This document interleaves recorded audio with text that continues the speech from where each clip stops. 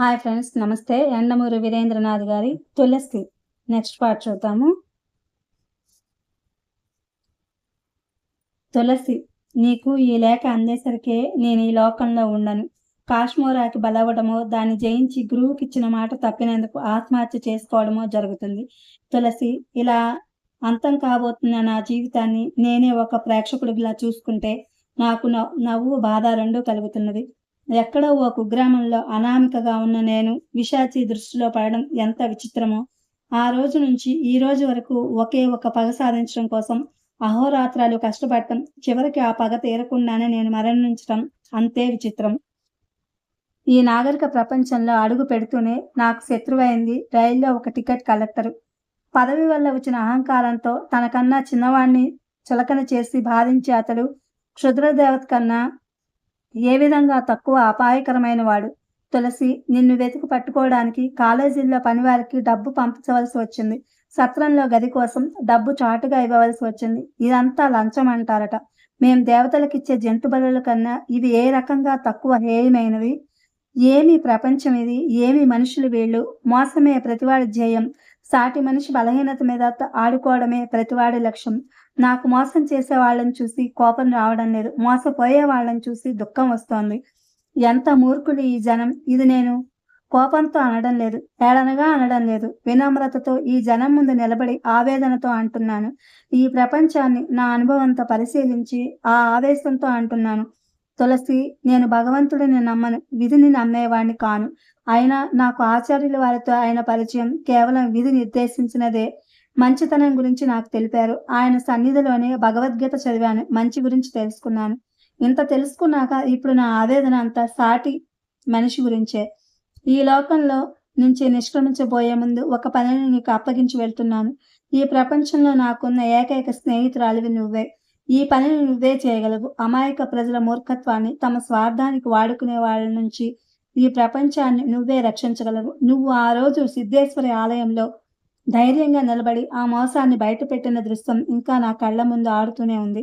నా కోరిక ఒకటే, ఈ ప్రజల మూర్ఖత్వం నుంచి రక్షించు. ఈ ప్రజల్ని మూర్ఖత్వం నుంచి రక్షించు. క్షుద్ర శక్తుల పేరట జనాన్ని మోసం చేసే శక్తుల నుంచి ఈ ప్రజల్ని తప్పించు. అదే నా అంతిమ కోరిక. దాన్ని తీర్చగలదానివి నువ్వే. నిజం తులసి, నేను చాలా గర్వంగా చెప్పుకోగలను. పిశాచి శిష్యుడైన నాకన్నా ఈ ప్రపంచంలో గొప్ప మంత్రగాడు ఇంకెవరూ లేరు. పిశాచి నాకు చెప్పిన విద్యలు నేను ఇంకెవరికీ చెప్పకుండా వెళ్ళిపోతున్నాను. బాణామతి, చిల్లంగి, పాతాళ కుట్టి సైతాన్ ఇవన్నీ నాతోనే అంతరించిపోవాలి. ఇవన్నీ ఉన్నాయా లేవా అని నేను ఇక్కడ తర్కించబోవడం లేదు. వీటిని ప్రయోగించగలవాడు ఎవరూ లేరని నేను సవాలు చేయమని కోరుతున్నానంతే. వారికి గోళ్లు కావాలంటే నీ గోళ్లు ఇవ్వు వారికి. నీ కాలు కింద మట్టి కావాలంటే దాన్ని ఇవ్వు. వారు నిన్ను ఏమీ చేయలేరు. నేను చెప్తున్నాను కదా, ఈ ప్రపంచంలో ఎవరికీ చేతబడి ప్రయోగం చేయడం తెలియదు. నువ్వు అడగొచ్చు, అసలు చేతబడి అనేదే లేదా అని. సమాధానం కూడా నీ దగ్గర ఉంది. మనుషులు దూరం నుంచి చంపడమే చేతబడి అయితే అటువంటి విధానాలు 24 పెళ్ళై చూపించాడు కదా. చేతబడి కన్నా అవి ఏ విధంగా తక్కువ అపాయకరమైనవి? తనకి తెలియనిది ఏదో ఉందని దానికి అనుక్షణం భయపడేవాడు ఎంత మూర్ఖుడో, తనకి తెలియనిది ఏదీ లేదనుకునేవాడు కూడా అంతే మూర్ఖుడు. శోధించాలి, తెలియని దానికి హేతువుని అన్వేషించాలి. అంతవరకు దుష్ప్రచారం చేయకూడదు. అలా చేసేవాళ్ళని నువ్వే అరికట్టాలి. తులసి, నా నిష్క్రమణకి ముందు నేను నీకు ఈ పని అప్పగిస్తున్నాను. ఈ ప్రపంచంలో నాకున్న ఏకైక స్నేహితురాలివి నువ్వే. నాకు చిన్నతనం నుంచి ప్రేమంటే ఏమిటో తెలియదు. చిన్నతనంలో నిష్ఠ, పెద్దయ్యాక పగ, అంతే. ప్రేమ అనేది కొన్ని సంఘటనల పరంపరతో ఉద్భవిస్తుందని నేను అనుకోను. లేదు, సమయం ఎక్కువ లేదు. అయినా తిరుగుబాటులో సున్నితమైన భావాలకి చోటు లేదు. తిరగబడ తులసి. నీ ఉద్దేశాలని ప్రజలు ఒప్పుకోకపోయినా నీ ప్రయత్నం మానకు. దానికి సూక్ష్మరూపుడైన నా సహకారం ఎప్పుడూ ఉంటుంది. ఉంటాను తులసి. మళ్ళీ ఎప్పుడో ఏ జన్మలోనో. దార్కా.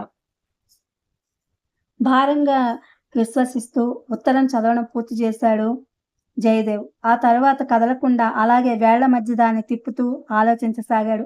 అతడి మెదడులో పరస్పరమైన విరుద్ధమైన భావాలు కదలాడసాగాయి. ఈ ఉత్తరాన్ని తులసికిస్తే ఏమవుతుంది? ఇప్పుడిప్పుడే షాకు నుంచి కోలుకుంటున్న తులసి ఆ ఉత్తరం వల్ల రియాక్ట్ అవుతుంది. హేతువాదంతో జనం మీద విరుచుకుపడుతుంది. దానికి తోడు ఈ ఉత్తరం కూడా దొరికింది. ఇక ఎవరు చెప్పినా వినదు. అయితే జనం నమ్ముతారా?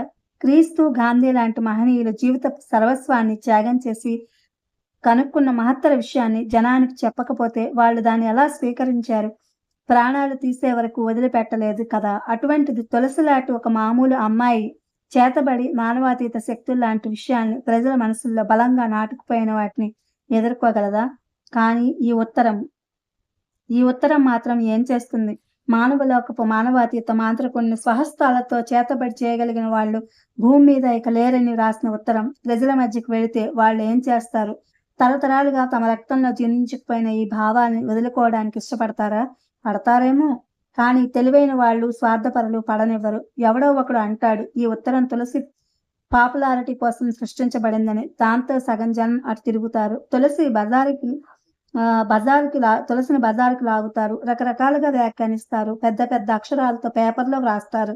చివరికి అందరూ కలిసి ఆమె పిచ్చిదని తెలుస్తారు. అలా తేల్చి ఆమెను ఈసారి నిజంగా పిచ్చిదాన్ని చేసినా పర్లేదు, కానీ దార్కా పేరుని ఆమె పేరుతో జత చేస్తారు. ఈ ఆలోచన వచ్చేసరికి జయదేవ్ వణికిపోయాడు. నిజమే, తన బిజినెస్ పోతుందని తెలిస్తే వాళ్ళు ఎంతకైనా తెగిస్తారు. అలా జరగడానికి వీల్లేదు. 20 ఏళ్ల వయసులో చక్కగా పెళ్లి చేసుకుని సంసారం చేసుకోవాల్సిన తులసి కోరి కోరి కష్టాల్ని కొని తెచ్చుకోవడం తను సహించలేడు. అతడు తన చేతిలో ఉత్తరాన్ని దీర్ఘంగా చాలాసేపు చూసి నెమ్మదిగా మడిచాడు. ముందు 2, తర్వాత 4, ఆ తర్వాత 8 కాగితం అతడి చేతి వేళ్ల మధ్య చిన్న చిన్న ముక్కలైంది. ఆ తర్వాత ఆ ముక్కలు గాల్లోకి ఎగిరి చెల్లాచెదురైపోయినాయి. తను చేస్తున్నది ఘోరమైన తప్పని, దాన్ని దేవుడు కూడా క్షమించడని అతనికి తెలుసు. కానీ తప్పదు. తులసి జీవితంలో దార్కా ప్రసక్తి మరోసారి రావడానికి వీల్లేదు. వీలైనంత త్వరగా అదో కలలా అందరూ మర్చిపోవాలి. దార్కా గురించి ఇంట్లో మరెప్పుడు మాట్లాడవద్దని శ్రీధర్కి చెప్పాలి. అతడి మరణం విషయం తులసికి తెలియనివ్వద్దని కూడా చెప్పాలి. దార్కా ఎక్కడి నుంచి వచ్చాడో తెలియదు, అలాగే ఎక్కడికి వెళ్ళిపోయాడో తెలియదు. తులసికి సంబంధించినంత వరకు అలాగే జరిగింది. దార్కా సమాధి ఎక్కడో తనకి శారదకి ఇద్దరికే తెలుసు. ఇంకొకరికి తెలిసే అవకాశం లేదు కూడా. కాశ్మీర అనేది ఉండి ఉంటే తన ప్రాణాన్ని దార్కా రక్షించాడన్న విషయం కూడా తులసికి తెలియనక్కర్లేదు. ఎందుకో తెలియదు కానీ జయదేవ్కి తెరలుగా దుఃఖం వచ్చింది. అతడి కళ్ళ ముందు అమాయకంగా నిర్మలంగా ఉండే దార్కా మొహం కదలాడింది. చిన్నపిల్లాడి పట్టుదల. ఎవరో అంకులని పిలిచినట్టు అతడు ఉలిక్కిపడ్డాడు. అంతా భ్రమే. ఈ దుఃఖం అనేది చాలా చిత్రమైంది. పూర్తిగా వచ్చేసినా బాగుంటుంది, అసలు రాకపోయినా బాగుంటుంది. కానీ లావాలా గుండె లోతుల్లో కదులుతుంటే ఆ బాధ అనిర్వచనీయం. ఫోన్ బెల్ రింగ్ అవుతుంటే అతడు ఈ లోకంలోకి వచ్చి రిసీవర్ ఎత్తాడు. అవతల వైపు పండిత్ గొంతు వినిపించింది కంగారుగా. ఏదో మీరొకసారి అర్జెంటుగా రండి వెంకట్ ఇంటికి. ఆ గొంతులో కనపడిన ఆదుర్దా చూసి మరి ప్రశ్నించకుండా జయదేవ్ ఫోన్ పెట్టేసి బయలుదేరాడు. డ్రైవ్ చేస్తున్నంతసేపు ఆలోచనలు. వెంకట్ చనిపోయాడా? ఇన్ని రోజులు అతడు కనిపించకుండా ఉండటానికి కారణం అదేనా?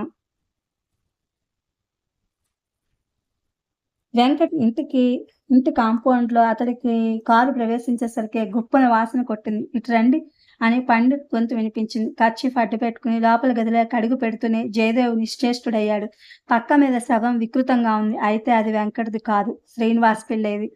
చాలాసేపు కొట్టుకున్నట్టు పక్కంతా చిందరవందరగా ఉంది. మెడ పక్క నుంచి వైర్లు ప్లగ్లో పెట్టబడి ఉంది. ఒక చెయ్యి పక్క మీద నుంచి క్రిందకి వేలాడుతూ ఉంది. జయదేవ్ వంగి వాచి చూశాడు. గోడకు కొట్టుకుని అద్దం విరిగిపోయి ఆగిపోయింది. అది 12:30 దగ్గర. తేదీ చూసి అతడు ఉలిక్కిపడ్డాడు. ఆ రాత్రి ఏం జరిగిందంటే, తులసి శ్మశానంలోకి వెళ్ళిన రాత్రి, దార్కా మరణించిన రాత్రి పిళ్ళై కూడా శ్మశానం దగ్గరే ఉన్నాడు. తను ఆడుతున్న చదరంగంలో పావులన్నీ ఒకే చోట చేరి జరపబోయే మారణ హోమాన్ని కారులో కూర్చుని నవ్వుతూ చూడసాగాడు పిళ్ళై. పిళ్ళై రూపంలో శత్రువు జయదేవ్ మరణించాడు. తన సిద్ధేశ్వరి రూపంలో శత్రువులు దార్కా, తులసి బావిలో దూకబోతోంది. శ్రీధర్ దార్కాని చంపబోతున్నాడు. అన్ని అనుకున్నట్టే జరుగుతున్నాయి. అతడు గర్వంగా సిగరెట్ వెలిగించుకోబోతుంటే జరిగింది మెదడు నరాల్లో కదలిక, సన్నటి నొప్పి.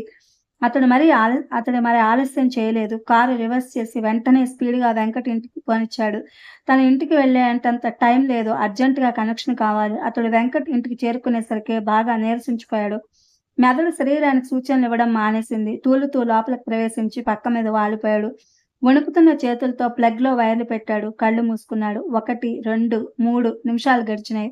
ఏమీ కాలేదు. నరాలు మెలికలు తిరిగిపోతున్నాయి. తలలో మెదడు వంకర్లు తిరిగిపోతున్న బాధ. పళ్ళ మధ్య నాలుక తెగింది. మంచాన్ని గట్టిగా పట్టుకుని శరీరం కదలకుండా ఉండడానికి చేస్తున్న ప్రయత్నాలు ఫలించడం లేదు. అతడు నిస్సహాయంగా కళ్ళు తెరిచాడు. పైకప్పు ఫ్యాన్ కనపడింది. అప్పుడు జ్ఞాపకం వచ్చింది అతడికి. తనే వెళుతూ మెయిన్ ఆఫ్ చేసిన విషయం ఒక్కసారి భయంతో వణికిపోయాడు. లేవటానికి ప్రయత్నించాడు కానీ కుదరలేదు. అప్పటికే బలహీనుడయ్యాడు. ఆ తర్వాత 2 నిమిషాల పాటు అతడు అనుభవించిన బాధ, పగ వాళ్ళకు కూడా వద్దు. 11 సంవత్సరాల క్రితం తులసిని బాధపెట్టిన దానికి ఇప్పుడు మానసికంగా ఆ కుటుంబాన్ని పెట్టిన క్షోభకి సరిపడా 2 నిమిషాల బాధ చాలు. అతడి కనుగుడ్లు వెనక్కి వెళ్ళిపోయినాయి. మెడ వంకర్లు తిరిగింది. అప్పటి బాధ ఆ శవం మొహంలో అన్ని రోజుల తర్వాత కూడా కనబడుతోంది. పండిత్ మోకాళ్ళ మీద వంగాడు. భుజం ప్రక్కగా సిగరెట్ ప్యాకెట్ సైజులో ఉన్న పెట్టె తీసుకుని జేబులో పెట్టుకున్నాడు. సన్యాల్ అమర్చిన ప్యాకెట్ అది. తరువాత రాబోయే పోలీసులు తెలియక పొరపాటు దాన్ని విప్పితే ఆ రేడియో యాక్టివ్ రేస్ తాకి అందులో సగం మంది చచ్చిపోయి ఉండేవారు. పోదామా అన్నాడు జయదేవ్. పండిత్ తలూపారు. ఇద్దరు నిశ్శబ్దంగా ఆ ఇంట్లోంచి బయటకొచ్చారు. ఇది ఫ్రెండ్స్, ఎండమూరి వీరేంద్రనాథ్ గారి Tulasi. Thank you for watching.